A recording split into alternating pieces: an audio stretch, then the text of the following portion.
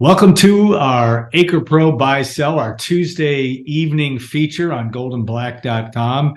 I'm joined by Tom Dienhart, who is the swami for all this stuff of what he's buying and selling, and we'll share our opinions on that. Want to thank acrepro. When it comes to land sales, it pays to have experts like Tom Dienhart in your corner. acrepro Midwest Farm Group are your local farmland specialists with specialists, I should say, with decades of experience in Indian agriculture. No one knows the market better, whether you're doing a 1031 exchange or simply buying and selling farmland. Your local acrepro agent will walk the land with you and ensure that deal is done right. So make sure you look up acrepro.com or call Kyle Spray at 765-775-6502. That number 765-775-6502. All right, Mr. Dienhart, you had a very quiet weekend with almost 6 hours of a delay or whatever that number was at Virginia Tech, travel and all that, and yet you saw the Boilermakers pull off something that hasn't done all that often. That's, of course, winning against a Power 5 team on the road, only the second time here in the last decade plus. We'll start with the buy-sell, though, and of course, Syracuse sellout crowd at Ross-Ade Stadium, 61,552. I'll start out, I think is the new capacity. We'll start out with some, because a lot of times when they have sellouts, they'll be able to announce crowds bigger than 60 than that capacity number. Do you think they get over 63,000 as their announced number for Saturday night? I know you've done a lot of studying on this. Yeah, Brian, let's go ahead and say they will. I think there's a lot of excitement now. Yeah, that win last Saturday, sort of expunge some of the disappointment I'm sure the fan base had after that 39-35 loss to Fresno State to open the season. So yeah, I think a night game. Another Power 5 opponent coming off a nice win. I wouldn't be shocked to see capacity to exceed, 63,000 here on Saturday night. So yeah, I think I would buy that, Alan.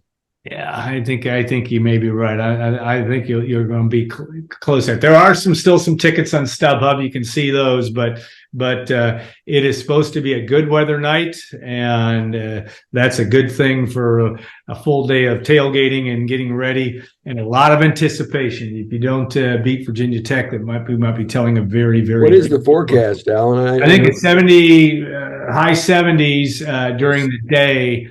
And partly sunny, at least as of now, as of Tuesday, the weather looks good for that one.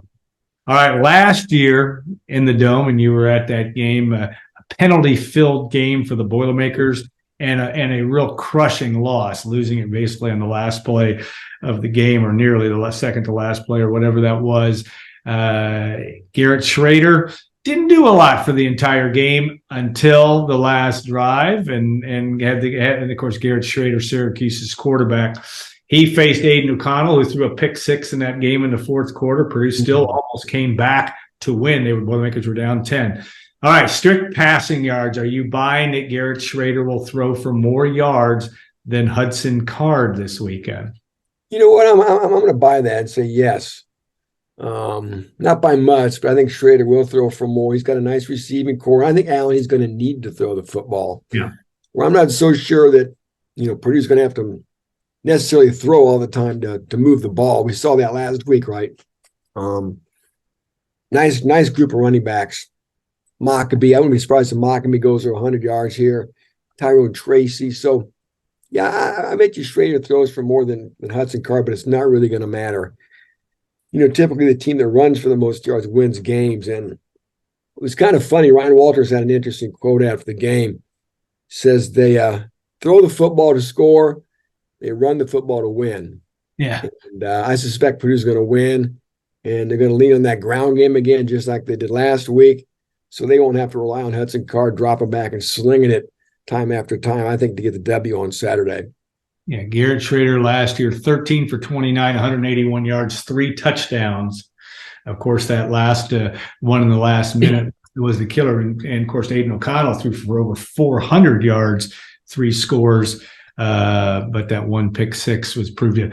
And Syracuse may not have one of its best players, a guy named Oronde Gadsden, who's like a tight end slot receiver who really broke out against Purdue last year. So if he's not available, that's going to obviously hurt Syracuse. So that's something for fans to keep an eye out for this week too. And of course, Gadsden caught that 25-yard touchdown pass with with 7 seconds to go, a 38-second drive. And if he had a big game, like he said last year, against Boilermakers, led him in receiving with 6 catches, 112 yards and 43 and a couple touchdowns. Really, really big. Now, Purdue did a great job on Syracuse's run game last year. Sean Tucker came in pretty well heralded, and they held him to just 42 yards rushing.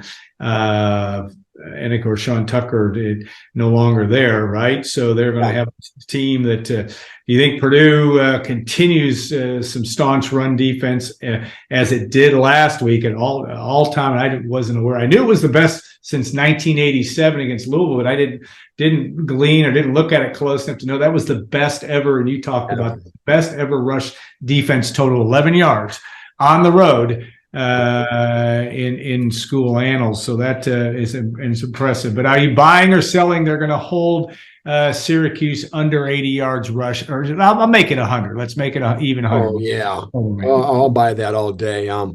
That's the MO of this defense.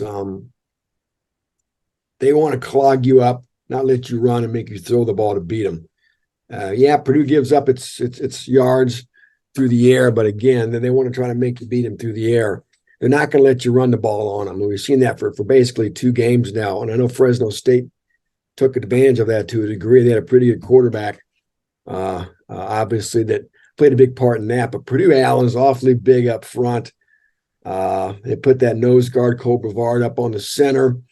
And a lot of times they'll line up, their ends or their tackles, Isaiah Nichols and Malik Langham, right up on the guards, that bare front.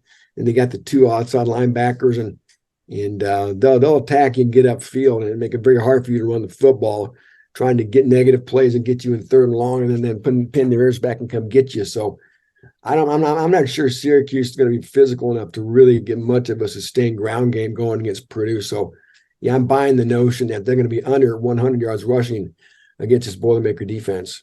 Yeah, I think you're right. I probably should rephrase that to 80 to make you think a little bit more, but I'll stick with my 100, and I think you're right on that, especially as good as that defense has been. All right, we always take the over/under. We don't necessarily predict the score, but 56 points. Do you see that? Are you buying the under? I'll say.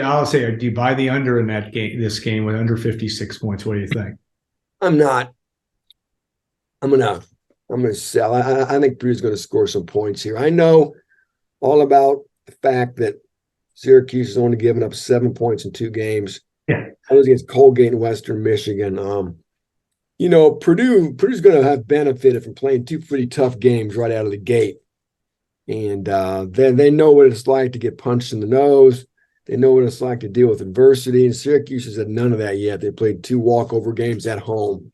Now they got to go on the road. They got to play outside against a Power 5 opponent, and I think they're going to have some success here. And I think the total combined points will exceed that. And I suspect the Boilers are going to reach at least the 30-point mark. Yeah, and I do think that number is a little bit low. Again, if of course, we're always taking weather into account after last week's game, but whether it's again, it's going to be in the 70s at least at start time. It looks like, or close to it, and no rain in the forecast. Maybe not bright sunshine. It'll be the gloaming by the time the game starts. So the sun will be going down in Ross-Ade Stadium. I'm with you on that. I think it's going to be Purdue's going to put some points on, and I think both teams will score their fair share of points to get over that number. All right, with that win over Virginia Tech and the Boilermakers, now like I said, the world kind of changes for Purdue because you get that first win under Ryan Walters, and all of a sudden things open up a little bit. I'm going to jump, have you go really big here. This is Buying or selling that Purdue will win the last 3 games of September, the next 3 games September. You're going to buy that? Yeah, and that include beating Wisconsin. Yeah, I'm gonna go ahead and buy it. I talked about this a little bit. It's something I wrote earlier today about, now that doesn't look like such a crazy notion. You know, given again, Syracuse, no disrespect there, but I think they're a team that Purdue could beat at home there. And then Wisconsin, who knows? Now they lost that game at Washington State. How good are the Badgers? Maybe there's some doubt creeping in Madison with the new coaching staff, Luke Fickell. And there's Illinois to finish the month, and the Illini really looked poor, needing a last-second field goal to beat Toledo, and did not look good at all against Kansas last Friday. So, there's you got to like Purdue's chances here. I'm going to go ahead and buy the fact that I think that Purdue will go 4-1 in September. I always thought 3-2. They needed it. They need to get to 3-2. If that still happens, that's great.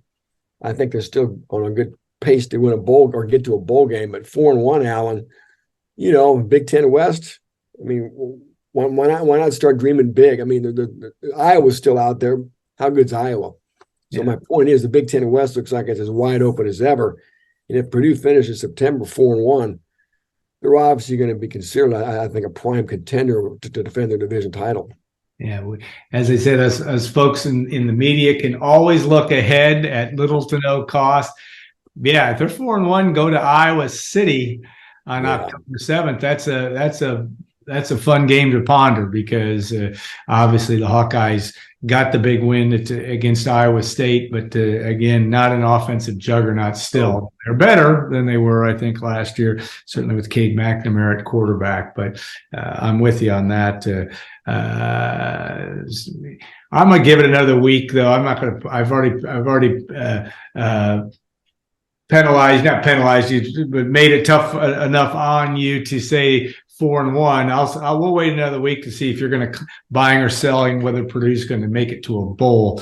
I'll give you another week to ponder that. All right, Devin Mockabee had a big game, especially at crunch time. Purdue was able to run the football down the field for the most part. Of course, Hudson Card sealed the deal with the last touchdown. But are you buying or selling that Maccabee's first 100-yard game happens in this contest? Yeah, I am. He almost had it last week. I think he had 95 yards on 21 carries. I think he is going to finally eclipse that 100-yard mark this week. What a special back, Alan! I tell you. I was rewatching the game, and the thought that came to my mind that I've heard, I'm sure you have too, and others, that about Mockabee and the style is that he dies hard, man. Yeah. And every play, every run. I mean, it's like his last run of his life, and that's really impressive. Just that motive that he plays with, and the vim and vigor with which he runs the football. I think this is an opponent maybe he can take advantage of, and I think he will crest the 100-yard rushing mark Saturday night over there in Ross-Ade Stadium. Yeah, he certainly was impressive again at crunch time, especially was really, really big. Okay, Dino Babers comes to West Lafayette as a former Purdue assistant. And you and I have not prepped for this, but I'm doing off the top of my head. Former Purdue assistants to have coached in Ross-Ade Stadium since Baber was here. You've got Scott Downing, Brock Spack. No, Spack didn't coach the Illinois State team back when they came here in 2002. I'm trying to think of other former Purdue assistants that have been head coaches in Ross-Ade Stadium. There haven't been too many.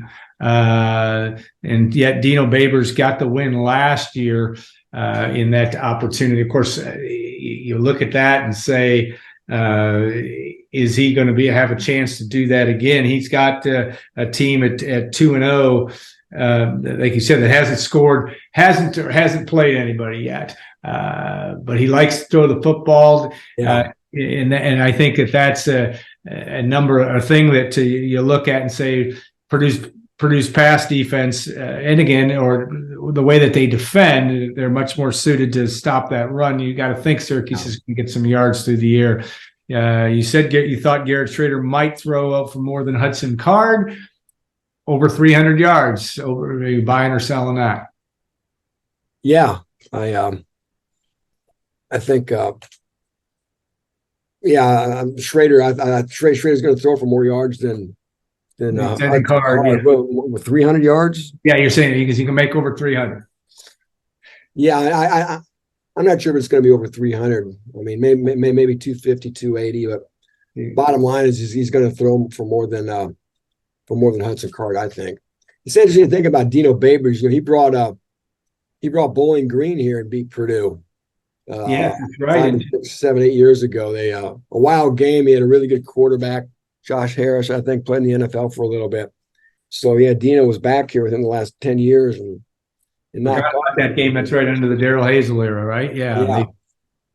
And of course, he wasn't the head coach at Bowling Green when they beat Purdue in 1972 and 2003. The Falcons and the Boilermakers. It's not been a good matchup for Purdue. Yeah, I think he's going to be close to 300 yards, though. I agree. I think you sell that, but it doesn't mean he won't be close. Meaning Garrett Shrader in the game against the Boilermakers on a Saturday night. All right, I think that's about all the things I want to cover here. We're trying to preserve. You're doing combat pay with your voice, but doing a pretty good job with all the interviews you have to do.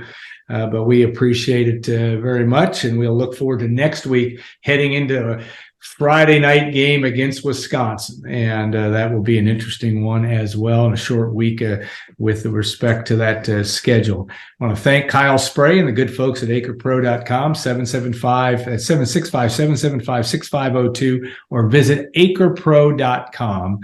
And we appreciate it. We get a lot of good comments on this segment, and it's fun for us to do as we get ready for another week of Purdue football. So it'll be good. We all remember last time Syracuse was here in 2004, Labor Day weekend. I think it was a Sunday, right? And Kyle Orton threw for all those yards, and the start of a hot season for Purdue. I think they started with 4-5-0, got ranked number 5. 5-0, and ranked 5th. So they did. I remember I was at that game, being up in the press box, and they just ran Syracuse right off the field. Paul Pasqualoni was the coach back then still, and a long time ago, obviously, but almost 20 years. And that was a good memory and a fun start to that season. So this is a big one, Alan. I think Purdue's got to win here, and you don't want to lose at home to Syracuse. I think the odds makers have Syracuse as maybe a point or two favored. It still surprises me. It's jumped because it did started as Purdue as a slight favorite, but it's moved. I cannot believe Purdue's not a favorite. Yeah, I mean, that's strange, but I'm going to say this too: Virginia Tech's not that good. Yeah, I think that's true. I don't want. Sometimes I can get caught up in the excitement of a win too. It still was a nice win, Alan, on the road. Oh, yeah, no. And the coach talked about they had 100 reasons why they could have lost that game. Coming off a tough loss, going away from home, dealing with the long delay, and they buckled down and found a way to win. And I think that shows you a lot. So, yeah, they weren't a great team, but still you found a way.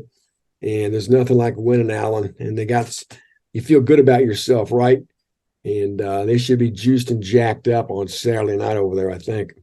Yeah, we'll find out a little bit about Virginia Tech as they face Rutgers this week. Yeah, on the road. Go to Rutgers this week. That will be an interesting one as well.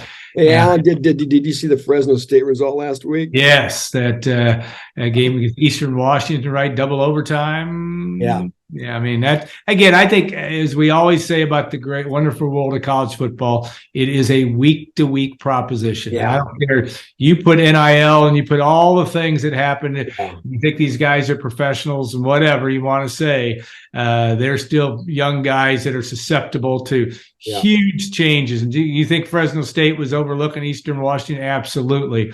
And one thing, I don't think not that Purdue has a boatload of guys on that on that roster that remember last year, because they don't have that many guys, but they do have guys that remember what a crushing loss that was. And you're right, the Orange are a 2.5-point favorite in Ross-Ade Stadium, and that I think is crazy. For maybe Purdue was underdog last week, right?